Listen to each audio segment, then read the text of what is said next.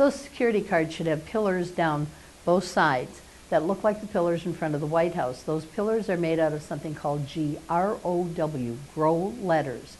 That means that when the ink was heated, it was slightly raised, and you can run your nails horizontally across those and actually feel the raised letters.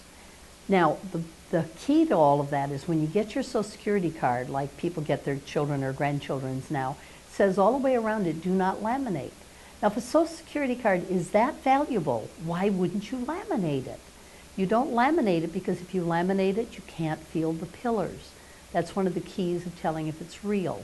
In addition to that, the paper is made out of something called a high rag, R-A-G, high rag content, meaning there's a lot of cloth in the paper. And if you feel it with your hands, it doesn't feel like a normal sheet of paper, like a typing paper or something that came out of the printer. It's very soft. And that's because they use a lot of cloth in it. So when they put water in the ink, it bleeds slightly into the paper, so it looks a little fuzzy. That's a valid Social Security card.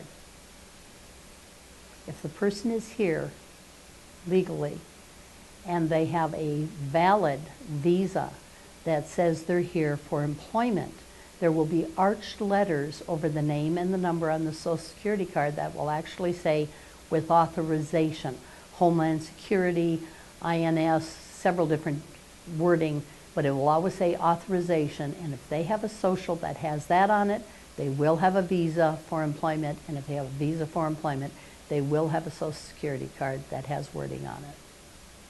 One of the best forms of ID that most people don't think about as being a good form of ID is your driver's license. State-issued photo ID, a driver's license, or a state-issued ID. The reason is the state's already done a little background. They've already checked your ID before you got it. In addition, it should have the current address on it that they're putting on the application. You should be able to hold the driver's license in your hand and actually look at that person and determine if it's them. Don't just take their word for it. Take a look at it. It is a visa for an American citizen to travel.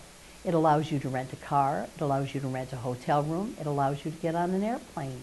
It's very valid identification. One of the things you need to know about it is if it was issued for 1 year from beginning to end, that person is a registered sex offender in every state in the union. That's part of Megan's Law. So the driver's license will tell you all kinds of things about a person, where they're actually living, where if that's really them that's in the picture, their correct date of birth, because criminal records are only kept by name and date of birth, so you want to verify the date of birth on the driver's license is the same as the date of birth on the application. Driver's license is absolutely the most invaluable tool, and everyone in the United States should have one. Either that or a state-issued photo ID. There's no reason not to if they're here legally.